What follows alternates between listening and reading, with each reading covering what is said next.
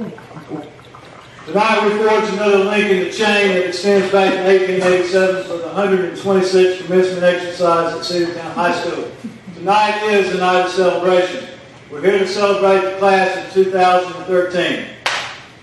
T.S. Eliot said what we call the beginning is often the end, and to make an end is to make a beginning. The end is where we start from. These seniors tonight are making an end and starting a new beginning. There are many success stories on the field tonight. The outstanding faculty and staff at Cedartown High School refused to let these students fail. We picked them up when they needed a hand, encouraged them when they felt defeated, and convinced them that they could do this. This is also not a mixed emotions because it's the last time that we will all be together. I'm impressed with the class of 2013 because of their school spirit, their camaraderie, and their spirit of inclusion. I've witnessed you during pep rallies taking charge, taking care of each other, reaching out to help another student that needed a hand. Graduation also brings about change. Students' change will always be a part of your life. Parents, it will be different around your house after graduation. There will be fewer towels on the floor. Some of you parents may actually get a hot shower. I know some of you have been waiting years for this to happen. But don't worry, your children will come back, and they'll bring people with them. These seniors do not get where they are tonight by themselves. If you played a role in the lives of these seniors as a parent, grandparent, mentor, or friend, please stand. Seniors, let's give them a round of applause. Thank you. I would also like to recognize the role of the teachers in the lives of these students, the teachers sitting in the stands that taught these students when they were in kindergarten, elementary school, middle school, as well as the outstanding faculty that seated back behind me. Students, these educators taught you not only facts and figures, but instilled a love for learning and a sense that there is a big world out there outside the city limits of Cedartown. So today I salute the teachers that had a role in the success of these students. Members of the class of 2013, you began your journey at CHS in the fall of 2009. The top grossing movie was Avatar. The top Billboard song was Energy Never Dies by the Black Eyed Peas. You got to share in our excitement of winning the Governor's Cup when Governor Perdue and Superintendent Cox came here in October 2009. We started this year with a single focus in mind, Back to Your Future graduation 2013. First day of school, you were greeted by teachers dressed like it was 1985, a vintage 1956 black Chevy on the front lawn, 30-foot inflatable bulldog.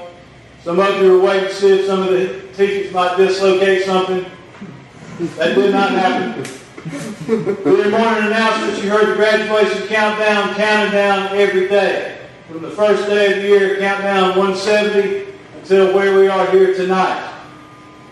You also heard the Star Spangled Banner played 690 times during your 4 years at CHS, if you were here every day. I have three things to tell you very quickly. Number one, believe in yourself. You must believe in yourself in whatever future endeavors you undertake. Believe in yourself is the first step to success. Henry Ford, founder of the Ford Motor Company, stated, whether you believe you can or you can't, you're right. I know we have some graduates here tonight that have given up on your dream of graduating several months ago. Look where you are tonight. The tassel is indeed worth the hassle. Always believe in yourself. Pursue your dreams. Most important things in the world have been accomplished by people that kept trying when there seemed to be no hope at all. General George S. Patton stated that success is how high you bounce when you hit bottom. Young people are destined to make mistakes from time to time, probably more so than we did growing up. Sometimes they'll be pushed down, sometimes people try to hold them down. Our message to you is simple. You got to get up. That will be the key not only to your survival, but to attaining success in your future endeavors. Today's generation must study examples of those in the past who have fallen many times and managed to go on to fulfill their dreams. When you study successful people, you'll see that they made plenty of mistakes, experienced many challenges, but when they got knocked down, they kept getting up again and again. For instance, Dr. Seuss' first children's book was rejected by 23 publishers. Michael Jordan was cut as a sophomore from his high school basketball team. No potential. Henry Ford failed and went broke 5 times before he finally succeeded. Apple Computer was rejected by Hewlett Packard and Atari. The first year Coca-Cola sold Cokes, they sold 400 the first year. Walt Disney was once fired by a newspaper. The reason, lack of creativity. Beethoven's violin teacher declared him hopeless as a composer. IBM, GE, and RCA all rejected the Xerox machine. Helen Keller, totally deaf and blind, graduated cum laude from Radcliffe College and went on to become a famous author and lecturer. An MGM executive advised against investing in Gone with the Wind, saying, "Forget it. The Civil War picture has never made a nickel." Another famous MGM memo emerged after the first showing of The Wizard of Oz. It read, "That rainbow song's no good at the end. Take it out."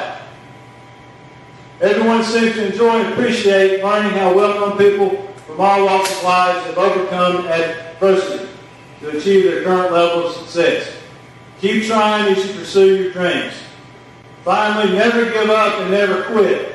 In order to be successful, you have to work hard, get up early, stay up late, do whatever it takes legally, morally, and ethically to get the job done. Shows the determination of our mascot, the Bulldog. Never give up, never quit. Let me illustrate that with a story. Abraham Lincoln didn't quit. Probably the greatest example of persistence is Abraham Lincoln. Born into poverty, Lincoln was faced with defeat throughout his life. He lost 8 elections, failed in business twice, suffered a nervous breakdown. He could have quit many times, but he didn't. And because he didn't quit, he became one of the greatest presidents in the history of our country. Lincoln was a champion who never gave up. Here's a sketch of his road to the White House. 1816, his family was forced out of their home. He had to work to support them. 1818, his mother died. 1831, he failed in business. 1832, he ran for the state legislature and lost. 1832, he lost his job. Wanted to go to law school but couldn't get in. 1833, borrowed money from a friend to start a business. The business went bankrupt. Over the next 17 years, he worked to pay off that debt. 1834, he ran for the state legislature again and won. 1835, he was engaged to be married. His sweetheart died and his heart was broken. 1836, he had a total nervous breakdown and was in bed for 6 months. 1838, he sought to become Speaker of the state legislature and was defeated. 1840, he sought to become elector and was defeated. 1843, he ran for Congress. He lost. 1846, he ran for Congress again. This time he won. Went to Washington and did a good job. 1848, he ran for re-election to Congress. Lost. 1849, he sought the job of land officer in his home state. He was rejected. 1854, he ran for the Senate of the United States. He lost. 1856, he sought the vice presidential nominations. He got 100 votes. 1858, he ran for the U.S. Senate again. Again, he lost. 1860, he was elected President of the United States. Winston Churchill says, success is never final, failure is never fatal. It's the courage that counts. Your education at Sugartown High School has prepared you well for your additional education or for a career. But more importantly, you're called upon to make a life, not to make a dollar, but to make a difference. Not just to find happiness, but to pursue usefulness. Always remember, no job, regardless of salary, can take the place of a life committed to something greater than oneself. The challenge is to seek a life that is something more than just being comfortable. This nation will not be better because we have one more millionaire, but it will be better if we have one more person who lives his or her life committed to excellence, character, and service. The world is a large and wonderful place. It's your time to step into it. Endless possibilities will present themselves to the members of the class of 2013. I ask you, regardless of where life takes you, to remember where you came from. You and I have the opportunity to grow up in a great little town. This realization will come to you as you get older. Our community that you live in, you're surrounded by people that know and care for you. Now take your diploma into the world, believe in yourself, pursue your dreams, never give up, never quit. You will achieve all the successes you deserve. As Mark Twain stated, 20 years from now, you'll be more disappointed by the things that you didn't do than by the ones you did. So throw off the bow lines, sail away from the safe harbor, catch the trade winds in your sails, explore, dream, and discover. Congratulations to the class of 2013. We've given you our best. Now go out and give us your best. Go Dogs.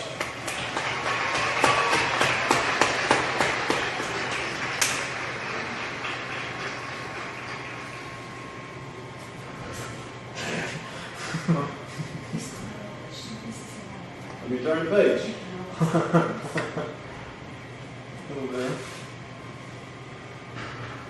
This time I'd like to introduce our salutatorian, Zachary John Parrish.